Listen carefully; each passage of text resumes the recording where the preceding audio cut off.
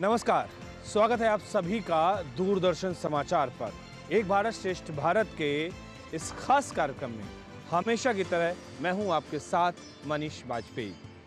आज अपने इस खास कार्यक्रम में बात भारत के स्वाद की, और भारत का स्वाद ऐसा वैसा नहीं बल्कि गली मोहल्लों का स्वाद, नुक्कड़ और चौराहों का स्वाद, छोटी छोटी जगहों का स्वाद, हर वो स्वाद जिसको चखने के बाद आप कहते हैं वाह क्या बात है।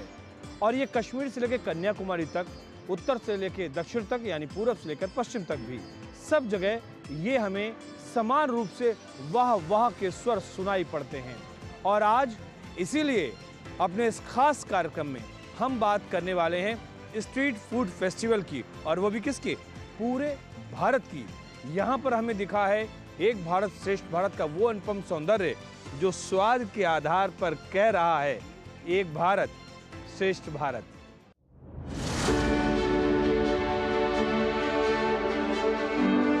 हम लोग पूरे भारत में काम करते हैं और इस फेस्टिवल में करीब 27 राज्यों से लोग हैं और कुछ इंटरनेशनल कुजीन्स भी आए हैं और पूरे 80 स्टॉल हैं और 500 कुजीन आपको यहाँ पे मिलेगा। जो आपने दिल्ली की बात कही, तो हम चाहते हैं कि हर नुक्कड़ वाला दिल्ली वासियों को हर शहर का नुक्कड़ का टेस्ट एक जगह मिल जाए। केरल से लोग हैं, कश्मीर से लोग हैं, गोवा से लोग हैं, नॉर्थ ईस्ट के लोग हैं, तो पूरे भारत के यहाँ पे स्टॉल्स आपको मिलेंगे। और ये जो स्ट्रीट फूड का डाइवर्सिटी है, जो हमारा फूड का डाइवर्सिटी है, वो आपको एक स्थान पे मिल जाएगा।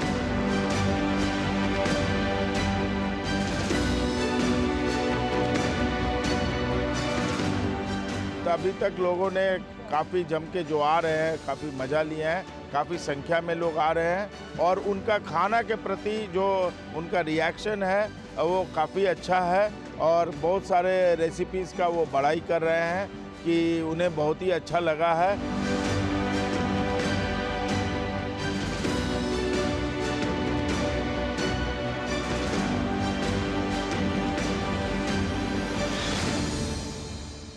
सर्दी के इन दिनों में जब सुबह सुबह कुहासा छाया हो और वातावरण में जब धुंध छाई हो, तो आपको अगर ये भुने हुए आलू मिल जाए तो कितना अच्छा रहे, या फिर शकरकंद मिल जाए तो कितना अच्छा रहे।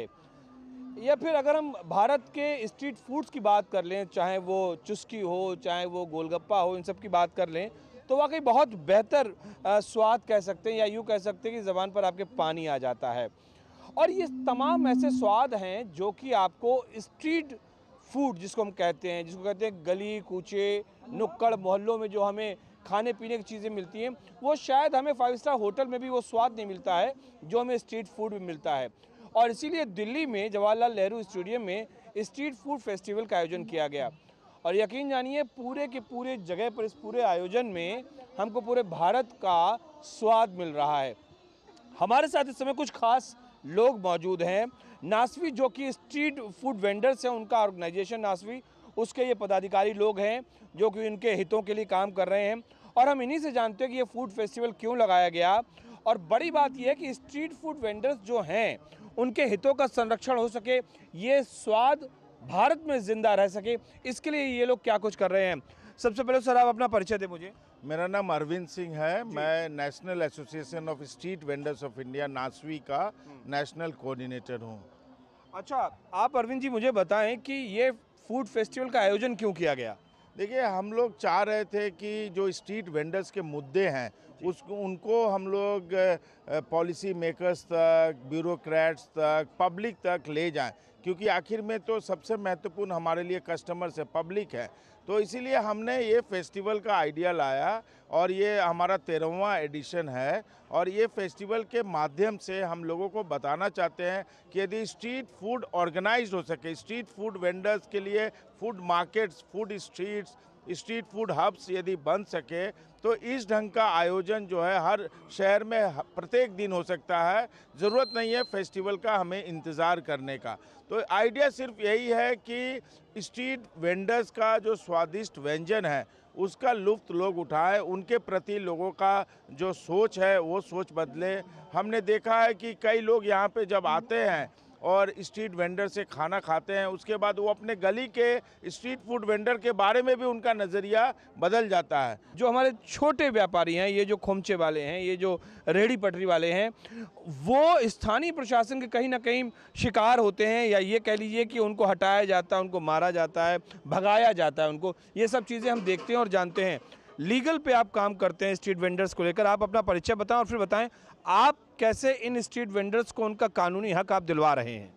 सर, मेरा नाम रवि निगम है।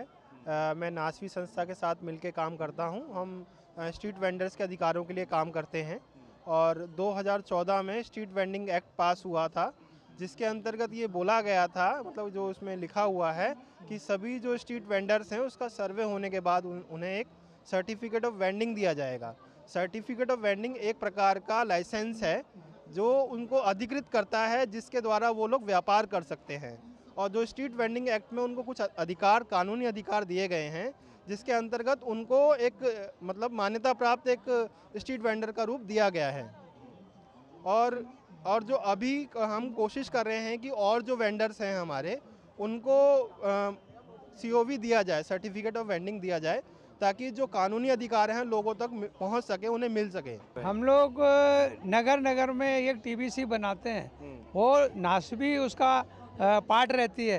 तो हम चाहते हैं कि लोकल स्तर से अभी वो बात हमारी वहाँ, वो प्रशासन जो हमको तंग करता है, वो प्रशासन जो हमको हटाता है, वहाँ हम TBC के माध्यम से उसको अधिकार दिला सकें वेंडर को। हमारी TBC में पहुँच है, 400 से अधिक कुछ TBC बनी हैं देश में, अभी और भी बाकी हैं। तो हम TBC के माध्यम से ये अपनी बात को पहुंचा रहे हैं कि हम अतिक्रमणकारी नहीं हैं, हम स्वरोजगारी हैं।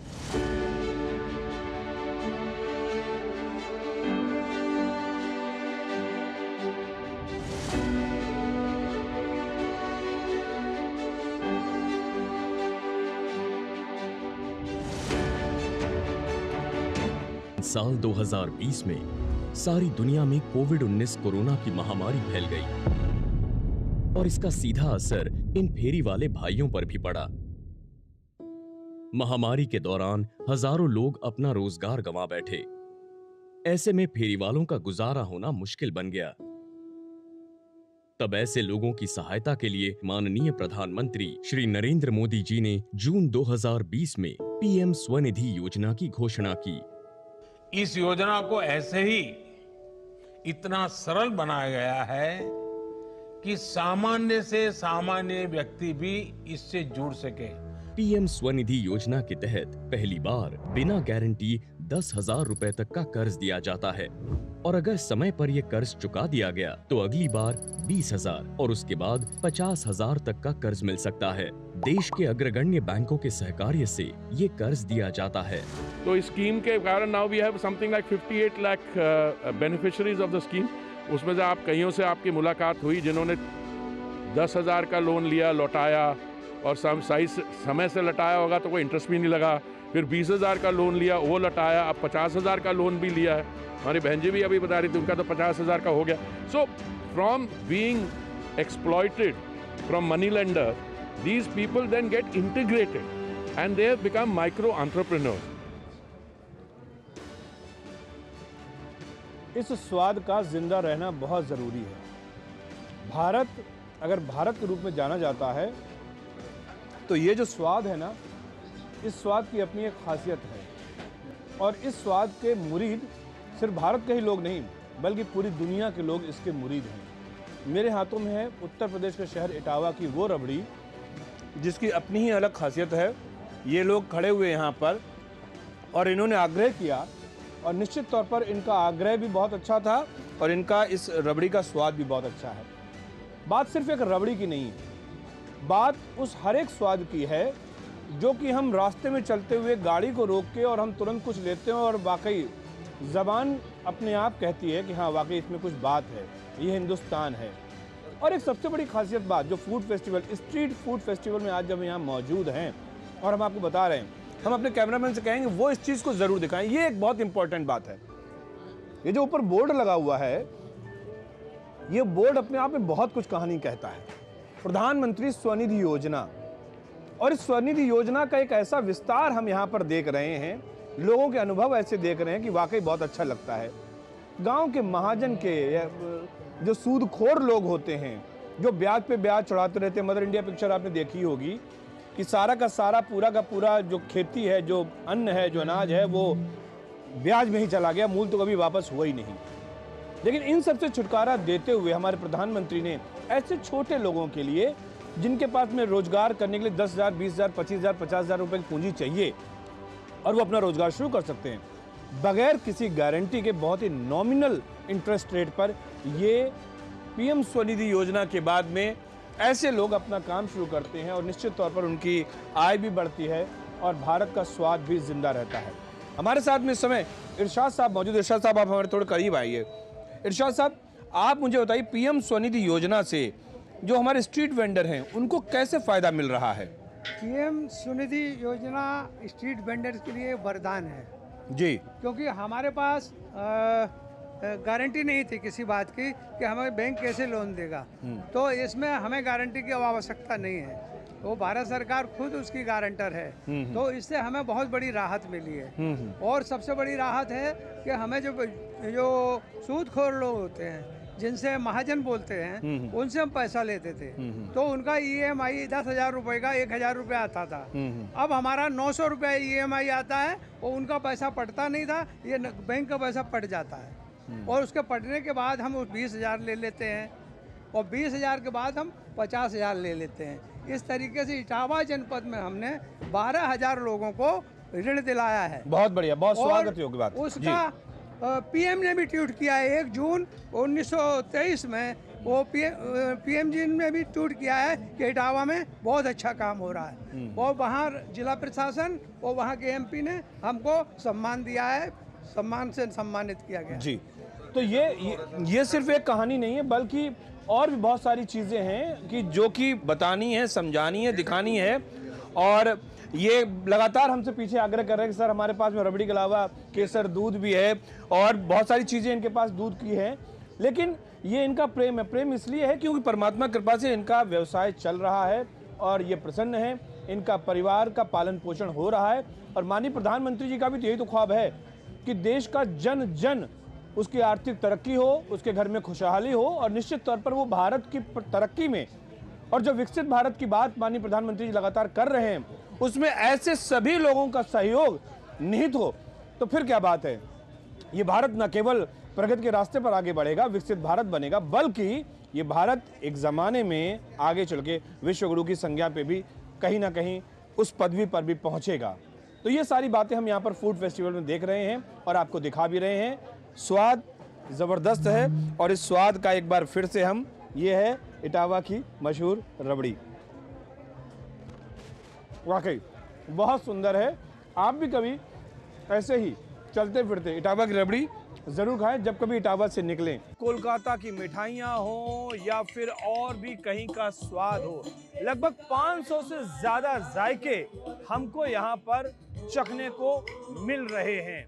और ये है festival, food festival, street food festival. और सबसे खासियत की बात यह है कि यहाँ पर मनोरंजन का भी सब कुछ सामान मौजूद है। फिलहाल यहाँ पर एक छोटा सा ब्रेक ले रहे हैं, लेकिन ब्रेक पर जाते जाते हम आपको छोड़कर जा रहे हैं वो जो संगीत, वहाँ पर संगीत की सुर लहरियाँ हैं।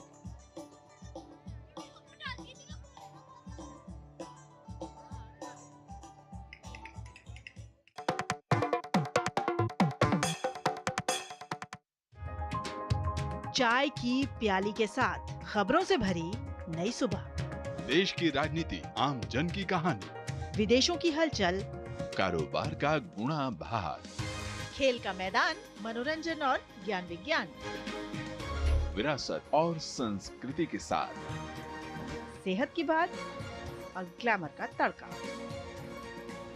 सोमवार से शुक्रवार सुबह 8 से 9 बजे, सुकून से भरा नया सवेरा।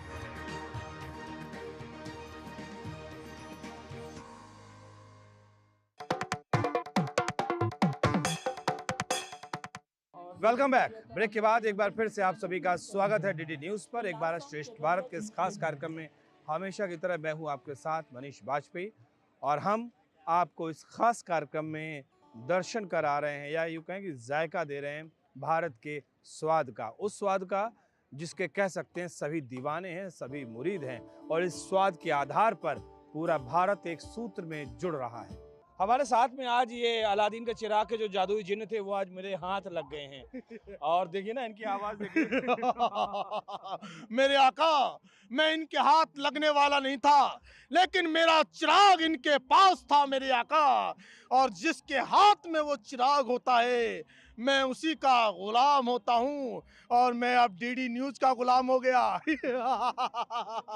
वैसे आप लोगों की बताएं, ये एक बहुत ही सुंदर कला है, इसको बहुरुपिया कला यानी कि हम अपने शहर इलाकों और गांव में देखते रहे, लेकिन बदलते कालखंड में जब लोगों के हाथ में मोबाइल आ गए तो लोग इन कलाओं से दूर होते चले गए।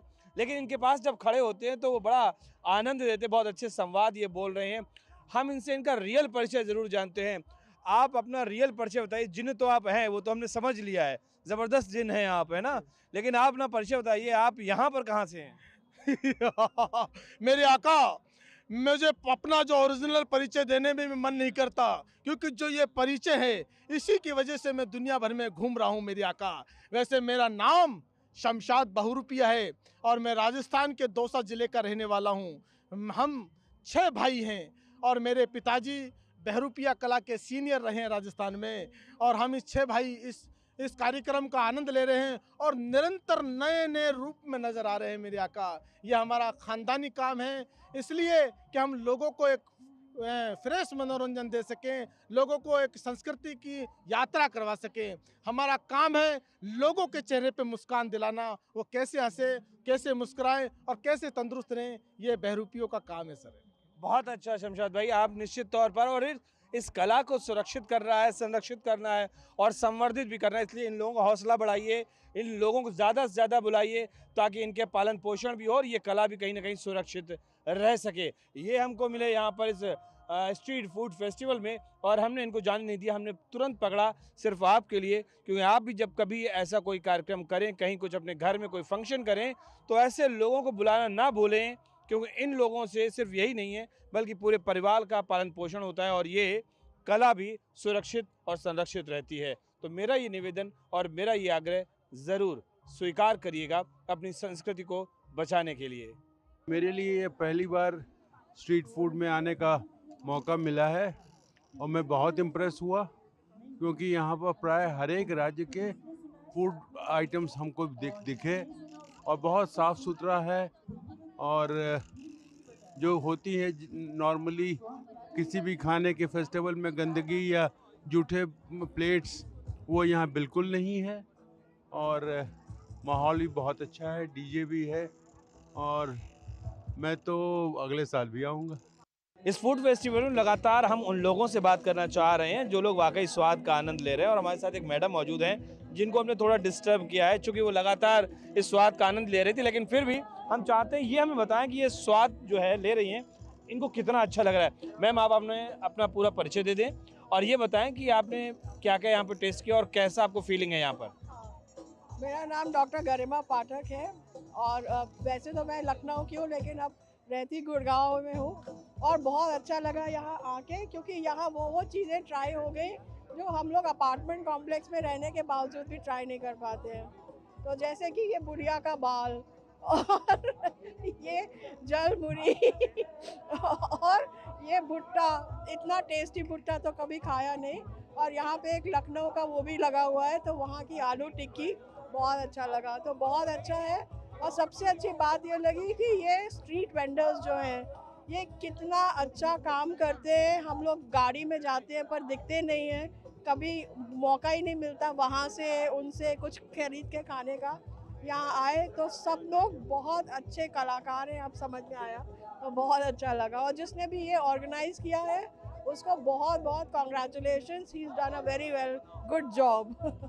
वाकई आपके चेहरे से ये दिख रहा है कि आप बहुत खुश हैं, और ऐसे कई लोग हैं यहाँ पर हम देख पा रहे हैं जो लोग वाकई बहुत खुश हैं, और यहाँ पे जो स्वाद मिल रहा है वो स्वाद वो अपने अपार्टमेंट्स में, सोसाइटीज़ में नहीं ले पाते हैं।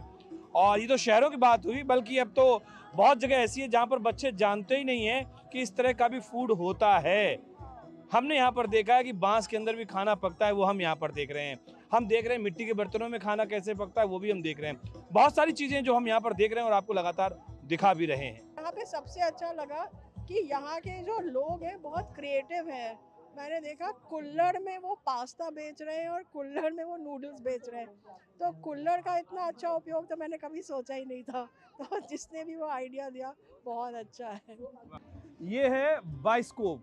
आज जब बच्चे टेलीविज़न और यूट्यूब के ज़माने में हैं, जब बच्चे मोबाइल से अपना मनोरंजन ढूंढ रहे हैं, तब वाकई इसकी प्रासंगिकता कहीं ना कहीं क्वेश्चन मार्क ज़रूर खड़ा होती है। लेकिन जब ये मनोरंजन था तो उसके सामने कुछ और था ही नहीं। मैंने ये देखा और बरबस हम भी अपने बचपन में पहुंच गए, क्योंकि गांव में जब ये बाइस्कोप आता था तो पूरे गांव के बच्चे इकट्ठा होकर इस पर सिनेमा देखा करते थे।